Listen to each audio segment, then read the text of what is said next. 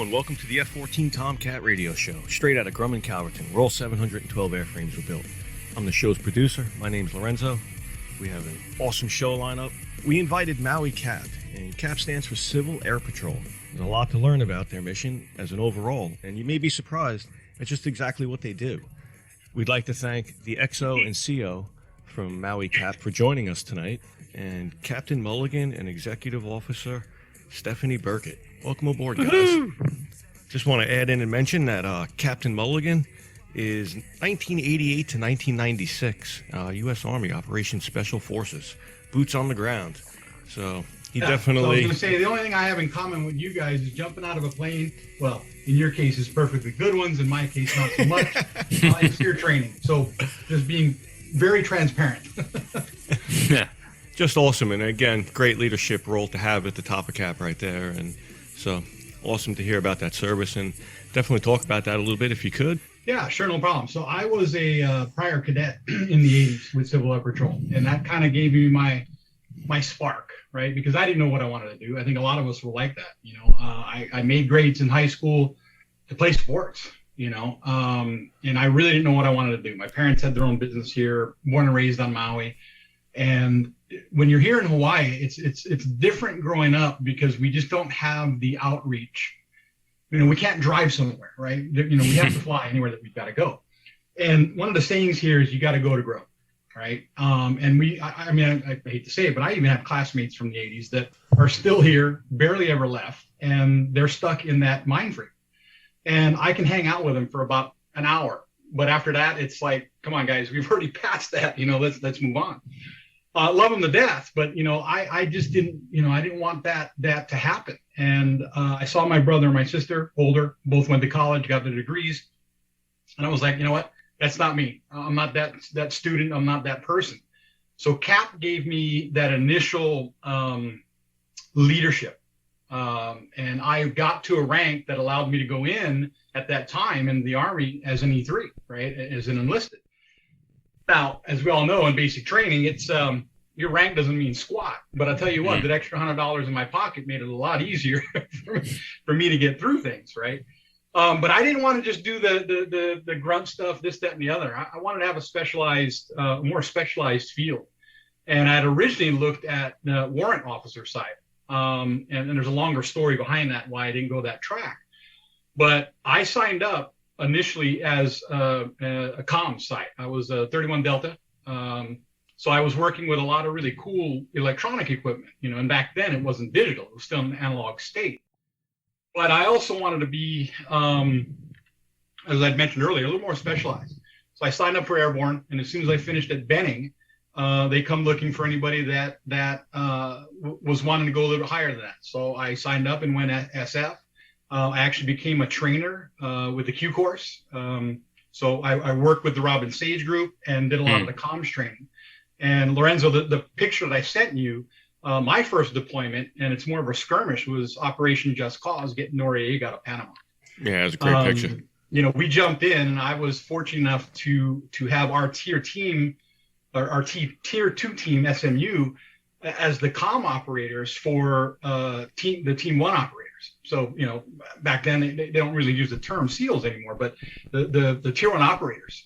And it was awesome to see what those guys did and how they operated. And our mission, well, we had two missions, initial missions. One was to go after Noriega's ways of transportation. So the first team went and actually got his boat, and the second team went out and got the airport and got his helicopter and his plane, because if he was going to leave, you know, we're going to have a bigger time trying to get him out. Sure. And once they heard that, and I'm pretty sure most of us know the story, is that he then claimed asylum in the church there, right? Yeah. And at that time, being NATO, there was no sanctioning in that. We couldn't go into a sanctioned state like that. So instead, we ended up doing psychological warfare, right? So we ended up turning off the power, and we told the priests, we're not here for you.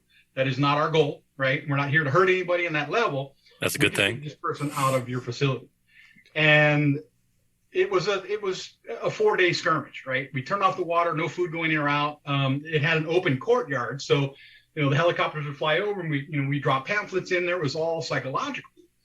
3 days later, he comes crawling out. The one thing that was really cool, and it's funny, but it's not funny, is I was the one that made the call to bring the JBL speakers in, and I remember that, and all of that. And we're sitting there, and we've got earphones on, and we're just pounding Metallica and I remember all this heavy rock. And again, more psychological. And like I said, it was a skirmish. You know, there was fighting, and I was lucky enough that I didn't have to use a weapon or anything in that case.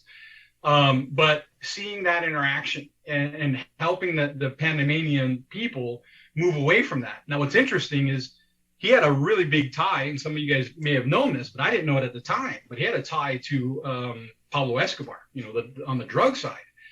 And about a month or two later, we're hearing kind of chatter that Pablo was offering some of our guys like $2 million to leave him alone. And I was like, wow. I mean, that was just crazy, right? So that was, like I said, it was more of a skirmish. But boy, it was really awesome to see that Tier 1 team do what they do. You know, and it's you hear, and we're all the same when we start bantering between Navy and Air Force and Army and all that stuff. But I got to give those guys props. What they go through and what they've done, and not that the Special Forces don't do it either, but that's just a different caliber. You know, when you're dealing with a Tier 1 team like that, there's just a different camaraderie, and it's impressive. Then pretty much right after that, I got levied off to Germany for about 3 weeks. I was up in Frankfurt at Mainz Concern, and automatically got a call down to Bright Star, which is a joint training exercise between the Jordanian and Egyptian armies. So we were down outside of Cairo West, and we were training those guys. Unbeknownst to us at that time, was Desert Shield. And again, hindsight 2020, all right, makes sense that we're down there training these guys. And 6 months later, the first Gulf War hits, right? I was lucky enough not to be involved with the day-to-day. I was more background with satellite comms. So we really helped out what was happening with Egyptian and Jordanian armies. And until you actually work with somebody like that, we didn't really know how good we had it, you know, as far as the United States and being in the service. Because we were doing jump training with them, and we were doing combat training. And I'm pretty sure most of you know that when you're doing a combat jump, you don't have a lot of time to think. I mean, you're at a low ceiling to deal with that, first of all. And whoever they were doing their QCing on their chutes wasn't doing a good job, because where they're keeping it was just mothball. You know, they ate a lot of the tarp and stuff like that. That doesn't make you feel good. No, you know, and you know, at first we were like, hey, we're going to go inspect all your stuff. And we're like, no, we got it. And I was like, okay, whatever. You know, it's not our op. You know, we're just here to help. And sadly, not us, but they lost a handful of guys because the chutes would just disintegrate. They'd either do like a cigarette roll or something and get stuck because the lines were all messed up. And it was crazy. So we called the stick. We stopped it right then and there and said, guys, done. We're going to inspect all this because this is ridiculous. But it's just showing that people are not expendable. no, no. You know, and it's scary because it's like, you know, we're fortunate to have the federal government backing and the money that comes into our services. Because watching what those guys went through and how they dealt with it, they don't have the funds, you know, and they don't have the proper training. And part of the Special Forces side is that we're the diplomatic team, right? I mean, you have the SEAL teams that go out and do what they do. Not that the Special Forces can't do that, but we're there to actually train the indigenous, whoever it is. And in this case, we were trying to help out the Egyptian and Jordanian armies. And to see, it's scary because they just had antiquated equipment, right? They weren't maintaining any of it for whatever reason, money, you know, who knows? But it was sad, you know, and I saw a lot of poverty. We had a chance to go through Egypt. You know, we toured Egypt and all that, and there's a longer story behind that. I don't want to get, you know, where I got back in the cap. But I was fortunate enough, you know, I didn't have to get into any of the first Gulf War type situations. It was more of a training for me. And then I finished off the rest of my tour in Germany, in Frankfurt. So I loved it. So I did the 8 years. got out at that point as an E6 and used the GI Bill to go ahead and get my engineering degree. And I kind of forgot. What's that? Good deal. Yeah. No, it worked out. It was awesome. I mean, I can't thank, not only CAP, but the services for what it's given to me. But where I'm getting at is during that whole time, we all kind of have blinders on, and I didn't really think about CAP again until about 10 years ago. And it's sad. I wish I would have remembered more of what it gave me and how it helped me in that leadership role. So got out of school and was fortunate enough, my brother called me up. He was an electrician here on the island and started doing high-end home theaters and lighting control and automation. And he's like, hey, you've got this background, this technical background. I need somebody here. You want to come home and join me as a partner? And I was like, ooh, no problem. So I rejoined CAP just about 10 years ago. I was more kind of on the side, just helping out a little bit. But what was interesting is one of the cadets that was in at the same time was still there. And this is John Santos. And I remember calling down there because I had, in Hawaii, we call a Hanai daughter. It's not blood related, but somebody that we'd had, that was growing up with us and knew her forever and knew our parents and all that stuff. And she was looking to get into the Air Force Academy. And that's when I was like, oh, wow, I wonder if Cap's still around, right? So I called down to the squadron. And I'm like, hey, this is da-da-da-da. And he goes, is this Pat Mulligan? I'm like, yeah. He goes, this is John Santos. I'm like, wait, hold on. You mean John from back in the 80s, John? He's like, yeah. I said, do you own this place now or what? So he's still involved. And when I got there, it was sad. Because I remember as a cadet, we probably had 60 cadets and probably 15 or 18 senior members. A lot of them were prior service pilots, stuff like that. Because, CAP's very focused on, we're part of the Air Force. We're an Air Force auxiliary. We wear the same uniform, the whole 9 yards. So it was sad. I think at that time, he had like 8 cadets and it was really him just running the cadet program. And the pilots and the senior members were, and I'm pointing that way because they had an upstairs office. And there was very little connection between what the senior members, the adult members, the officers did compared to what the cadets did. And with being a composite squadron, it takes both to make this thing run. So I looked at John and I'm like, wow, what happened? The program, at least here on Maui, seems to have gone downhill. And he goes, yeah, we had a lot of transitions and, this, that, and the other thing. I said, what do you need? I'm here. I want to give back. Cap gave me a lot of what I needed to get off of the island and to grow. And I want to give back. It's a 100% voluntary system. Awesome. But there are benefits behind it. And we'll talk about some of that. So I jumped in. And now we're up to, I think, 50 cadets and 32 senior members. Stephanie can correct me if I'm wrong, as my XO. So we've changed it quite a bit. And one of my major focuses, and CAP is the same way, is to get people like you guys that had prior service. And my goal is to teach these kids to mitigate the issues that we've all gone through, right? To make their lives a little bit easier. And that's who's going to take care of us as we're all aging. In fact, today's my birthday. I just turned 51. And I'm like looking at these kids going, you're the next generation. We need to prepare you as the next leaders. So what is the mission of the Civil Air Patrol, Pat, as you see it? Okay, so there's 3, right? We have the aerospace education side, right, which is what we're talking about. Now that has expanded some because now we're involving STEM.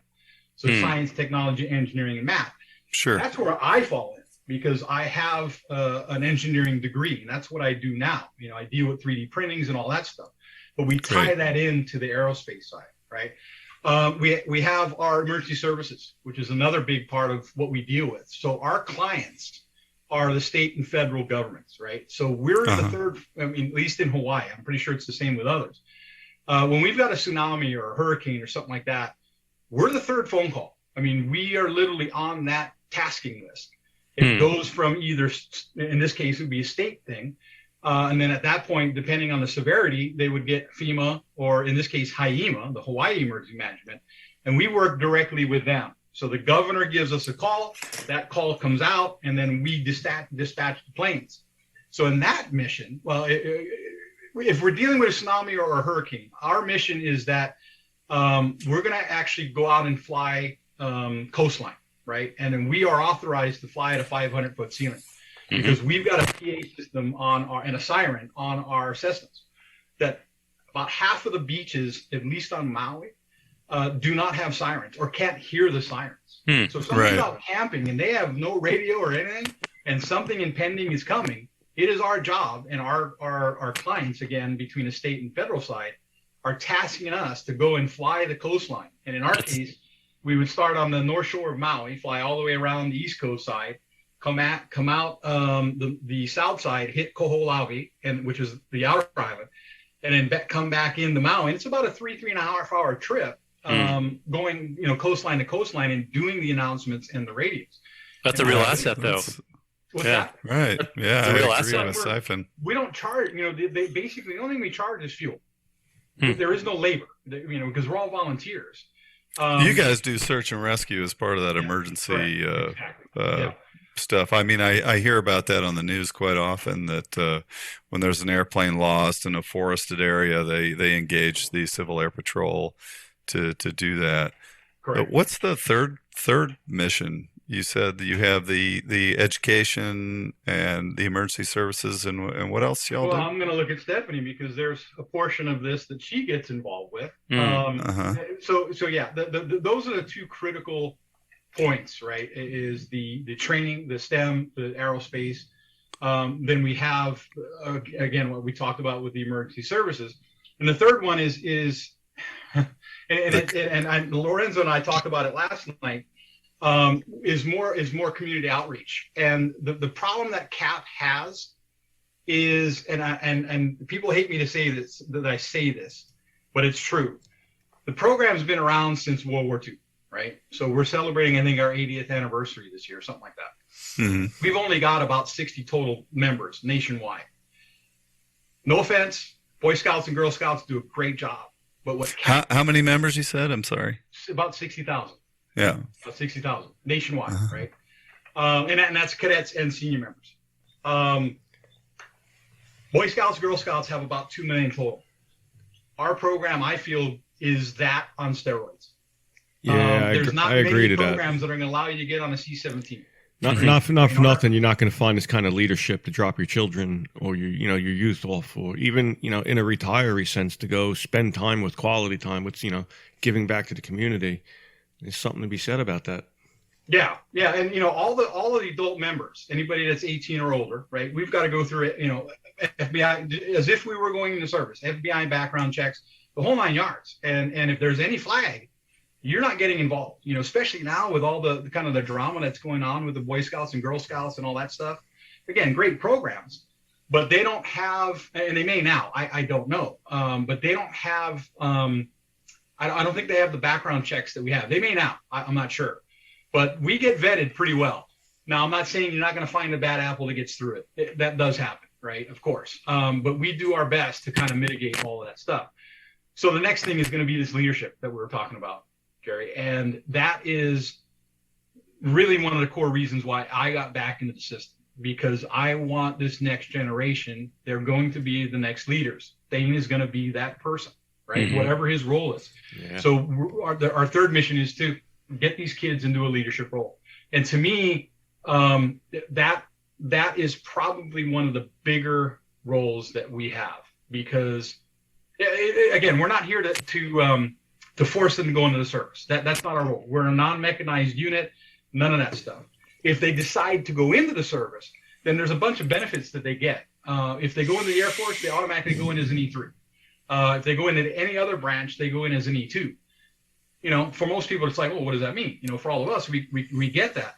And then you get basic training. You're not going to get much out of that other than a better pay in your pocket. But for all that makes a big difference, right? Yeah. Because they go in with the basics. But that leadership, the youth development program, and that's what I call it, right? The part of that issue with that youth development program is we just don't have enough members. We got 60,000. To me, that's just wrong. Whoever has done the marketing in the past, To me, there was a lapse there, right? I Well, think I was going to say, call it the best kept secret. They do. Stephanie, I was going to ask what kind of, so as the XO now, what kind of stuff are you doing that's kind of that outreach sort of thing that's kind of getting to those people? Coming on the F-14 Tomcat radio show and raising awareness. There's one. Bing! That's one, actually. Another one is we're reaching out to our local high schools. Also, we conduct aerospace education classes in our local schools. Awesome. Basically 6th grade and up, because to join Civil Air Patrol, you need to be 12 years old or older. Mm-hmm. But then, if you get some kid's mom join, no, that's a whole different story. I joined in November, and that came around because Dane's interest in aviation. We came across Maui Civil Air Patrol's webpage. And I'm like, wow, Thane, look, you think you can juggle Cub Scout and Civil Air Patrol, not knowing that there was an age, thing. And so with that being said, it's like, oh, dude, you're going to have to wait for a couple more years. And he's like, well, Mom, you join. And I'm like, me? There you go. Put your money where your mouth is, Mom. I'm like, I don't think, not knowing that there's a, senior member part, us being the mentors and helping guide these young adults, I didn't know. And we just happened to go online with the open house. And that's when I learned that there is a, adult senior membership. And there's 2 parts to it. You can be a sponsor or you can be a member like me. Sponsor is basically, we're all volunteers again, but not to where, Captain, correct me if I'm wrong. The sponsorship is you come along on the O rides, the orientation rides. You come along on the C-17 airlifts as supervisors. Is that correct? Sure. Yeah. Okay. So, but to be a member, now you're taking classes, you're taking courses, you're moving up the ranks, you earn where you go, where you want to be in Civil Air Patrol, basically. You get first aid training, you get search and rescue training, which we just did last Saturday, sir. Is that correct? So it's fun. It's fun and exciting. So, one thing that there's, I've been around Civil Air Patrol on and off my whole life. As a kid, I always thought it was amazing. I thought this is the coolest thing ever. It's basically airplane Boy Scouts, right? What could be cooler than that? For me, I love to be around airplanes. Now, my son's girlfriend, she was in Civil Air Patrol when she was in high school, and in her first year of college, thanks to Civil Air Patrol, she got a scholarship. Wow. To learn how to fly. She basically had almost her entire private pilot's license paid for through this scholarship. And I know that the networking and the access that Civil Air Patrol gives to these young folks for scholarships and being around aviation is huge. What we know in the near future is that the airlines and the country in general is going to have a massive pilot shortage. We have a humongous amount of pilots that are leaving that are either Vietnam veterans or Cold War veterans. The military trained a significant amount of pilots in the 80s, 70s, 80s, 90s. Luckily, I was a benefit of that, like Robo. I'm 100% certain that if I applied to be a Navy pilot these days, they wouldn't take me, considering my college grades. But during the time, they needed people, so I was lucky to get accepted into the Navy to be a pilot. But the Civil Air Patrol gives these young people exposure to aviation, and I can tell you that as a young person, you see these planes in a movie, you watch Top Gun, whatever, and it's like watching Marvel superheroes, right? At least it was for me. Yeah, and when you go into Civil Air Patrol, you're exposed to the reality of, hey, I could really do this. And you're around adults that are teaching you leadership skills, communication skills, and they're giving you the confidence that, hey, I could be a pilot. And that goes for like my son's girlfriend, I'm talking about young women that are being introduced to these STEM programs, which is a huge challenge, to get people involved in science these days, and engineering. I think that's wonderful what you guys are doing out there. Yeah, and we're fortunate here. We have, correct me if I'm wrong, Stephanie, but I believe we're pretty close to half and half. I think we've got half female on the cadet side and half male. If we've got 50, it's 25 and 25. It's really close. Yeah, we're well balanced at the moment. Yeah. And we should probably get him on the show, Stephanie, is Colonel Denisick. Some of you may know him. He was an instructor pilot that was one of the first of us to fly a MiG. Oh, wow. And in fact, if you look him up, Colonel Denisick, he's been in a bunch of different articles. But he is one of our senior member staff. And I think that program was called Constant Peg, if I'm not mistaken, where anyways, they smuggled a bunch of the U.S. government purchased some MiGs from like on the open market, right? Right. Yeah. And they brought them in, and our guys trained in them and used them out in the desert to fight guys that went to Top Gun and give exposure to those airplanes. So pretty neat. So we have him on staff, so that's cool. We've got him to look up to, so we're fortunate in our squadron. We've got, out of the 30 senior members, I think 4 of us are prior service, and a mix of certain things. And there's only 2 of us that were prior cadets, myself and John. So we can talk to these kids now. Hey, we've been in your shoes. We know what you're doing. Yeah. We can talk to them about what the service looks like, and then we can talk about what it looks like now. But Jerry, to your thing, so those are the 3 missions, right? So we've got the aerospace STEM, we've got the cadet programs or the youth development side of things, and then the emergency services. Those are the 3 keys. And for my focus, it's getting these kids back up to par. What I was going to say with the piloting side is we were lucky, fortunate, whatever we want to call it. Not last year, but the year before, prior to COVID, we had 3 16-year-olds, 2 female, 1 male, that got their private pilot license under our tutelage before they had their driver's license. That's amazing. College, awesome. 2 of them are at Embry-Riddle, 1 of them went to the private sector, and they're killing it. They're doing awesome. Awesome. That's cool. Hey, can we talk about something that happened recently? COA Shield. You guys want to go into that a little bit? Yeah, sure can. So part of our mission is to make sure that our men and women in service now are prepared for whatever. Unbeknownst to us, about a week or so after this, of course, that Russian sub is sitting, whatever nautical miles offside of Hawaii, which sparked a concern. And so we just about every quarter now are doing F-22 intercepts, right? And again, this is where my transparency is going to come in. I've jumped out of planes and I've gone through SEER. The rest is going to be on you guys. Okay, so the F-22s, they were ready to launch out of Hickam, and we were about 20 miles outside of Kona, south side of Kona, and I kind of knew it, but I didn't know it. There is a military barrier point that's about 130 miles in total that is strictly used for military airspace, right? Right. So luckily, Wayne Denisick is our commanding pilot. I am a qualified, certified mission observer. And we had our other mission pilot up front, and I was backseat. They called us and said, hey, we want to do intercepts. So we want to have the F-22 pilots train on smaller or slower moving aircraft. Yeah, right? Low, slow flyer. Correct. So Interceptor, low, slow flyer.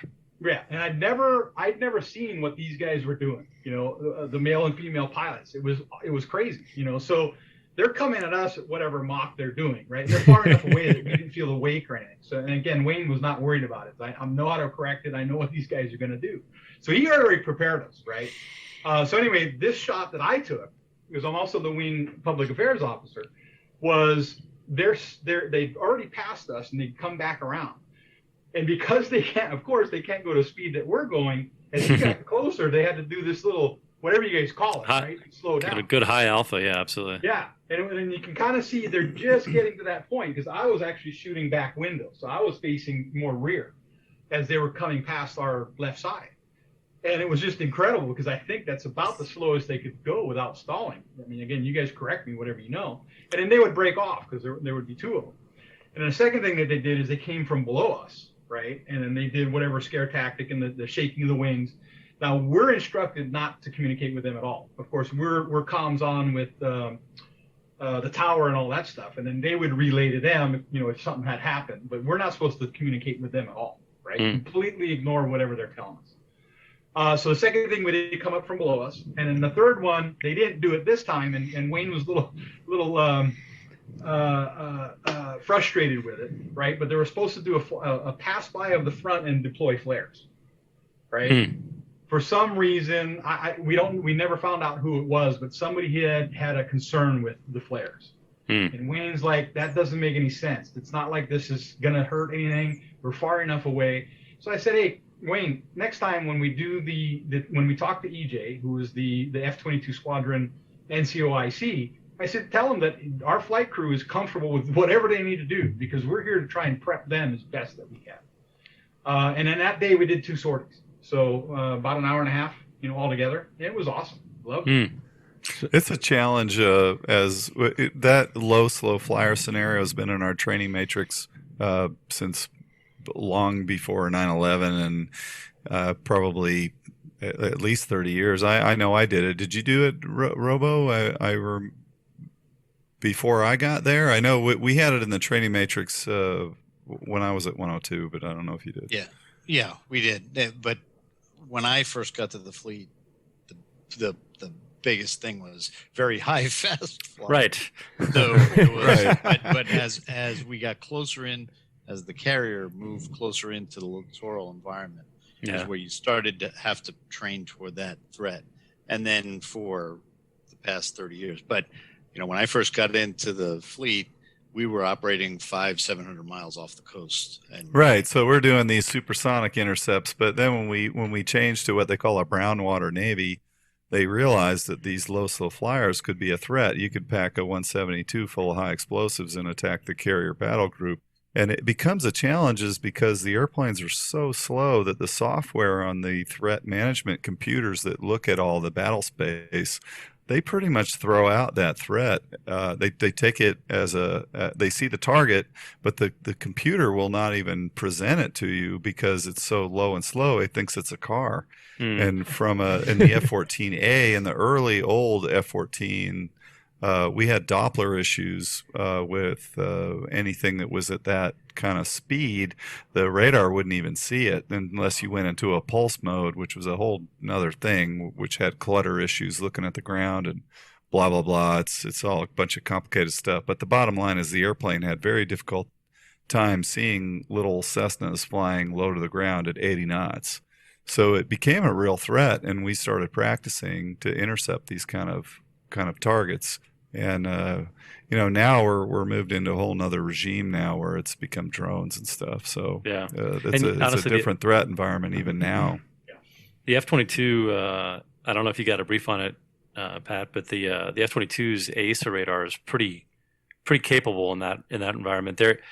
It's able to distinguish very, very small velocity differances. Oh, I can literally see everything. You can tell it's 2 airplanes, 1 airplane, and see if it's a bird, probably. So do you want to see every bird? I mean, as an operator, you start to get saturated with targets, and then you get distracted on these things. So that's why we practice doing this. Yeah. It's not easy. And I'll tell you, when you're in a jet, it's almost nearly impossible to intercept an airplane that's that slow. You have to fly in front of them and drop flares and warn them. Yeah, I mean, but if you were tasked to shoot one down, it's even harder because now you're pointed at the ground. You're pointed, it's like, how do I shoot this guy? It's really difficult. But what about him? He's got a supersonic we fighter. 10,000-foot ceiling there in that picture. So we're not very high. Oh, if you're 200 feet off the water, it gets even harder. Yeah. Because you have you can't shoot a missile at them. The radar, it may or may not track. You might be able to. I'm sure the F-22 could. But if you're going to try and shoot them with the gun, you've got to point down at the water. And so you have a very short period of time to be able to pull the trigger. And it's a tough problem. And so we would practice, I'm going to fly by them supersonic and hit them with my shock wave. And, we had all these kind of fantasies of how we were going to deal with a target like that, Yeah. But I like your concern for dealing with a target. What about he's in a Cessna? You're in a Grumman F-14 Tomcat. I'm thinking his tactics are a one-turn fight. He's going to push the throttle and drop the flaps, bank at 90, and yank on the stick. You're absolutely right, Lorenzo. The advantage that you have on a target like that, in a helicopter or you can just Cessna, turn it for around. example, they can't see you if you're above them. Mm. They literally can't see you. You know, you're 5,000 feet above them, and there's no the window. I don't know how much Cessna time you have, but I've flown a lot in Cessnas, and they're great airplanes, but you don't see up very well. Mm. So if you're above him, orbiting around, they're going to have no situational awareness to where you're at, and it's the same in a helicopter. Mm. It's very difficult for them to keep eyes on you.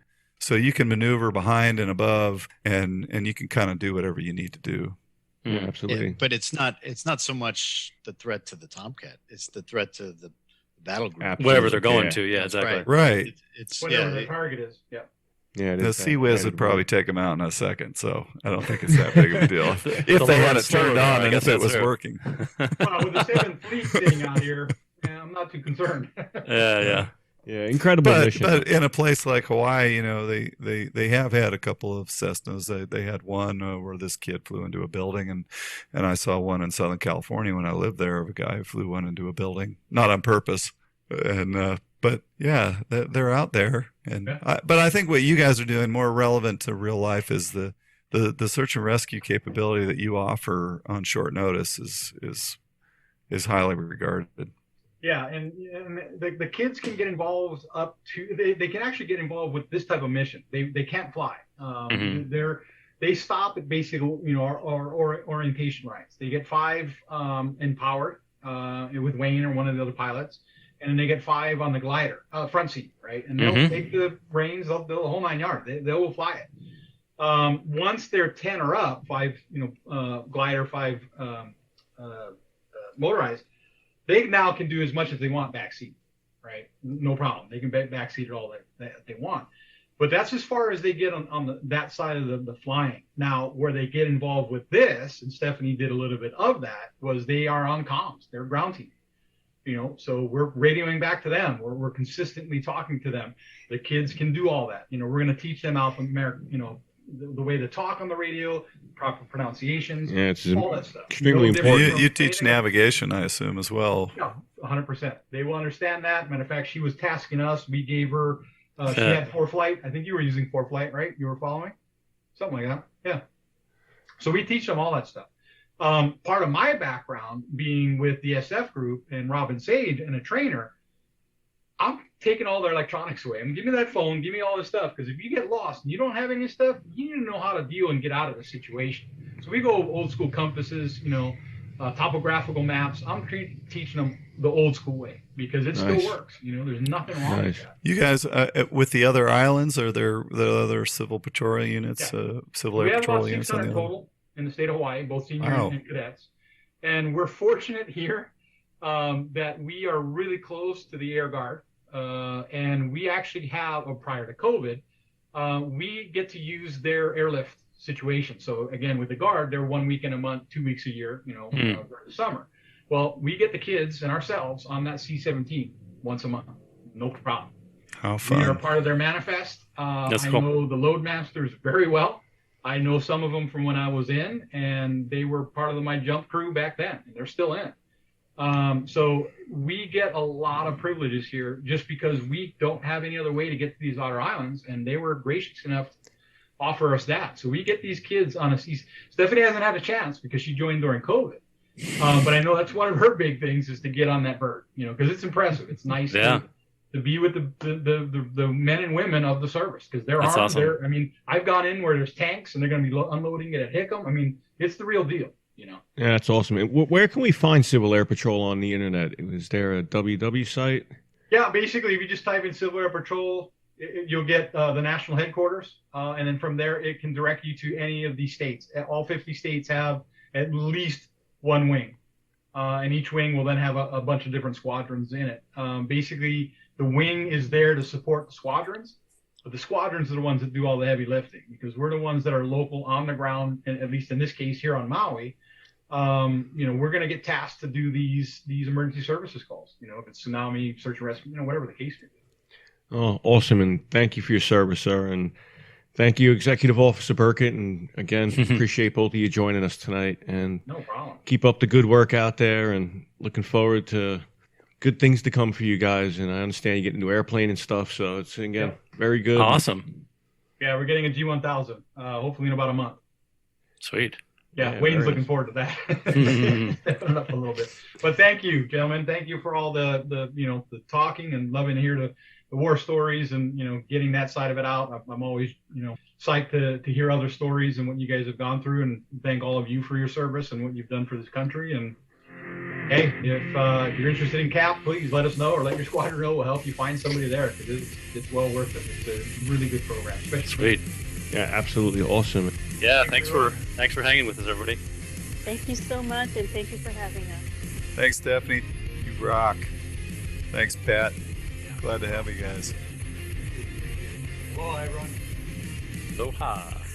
Here in the shadow.